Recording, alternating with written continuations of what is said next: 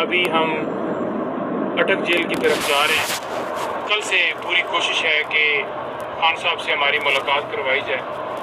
Power of attorney ہم نے sign کروانے ہیں اور دیگر دستاویزات ہم نے سائن کروانے ہیں، کیونکہ ان کی پٹیشنز ہم نے ہائی کورٹ میں بھی فائل کرنی ہے اور سپریم کورٹ میں بھی۔ تو کل باقاعدہ طور پر جیل حکام کی طرف سے انکار کیا گیا تھا کہ نہ آج آپ کی میٹنگ کروائی جا سکتی ہے اور نہ ہی اتوار والے دن۔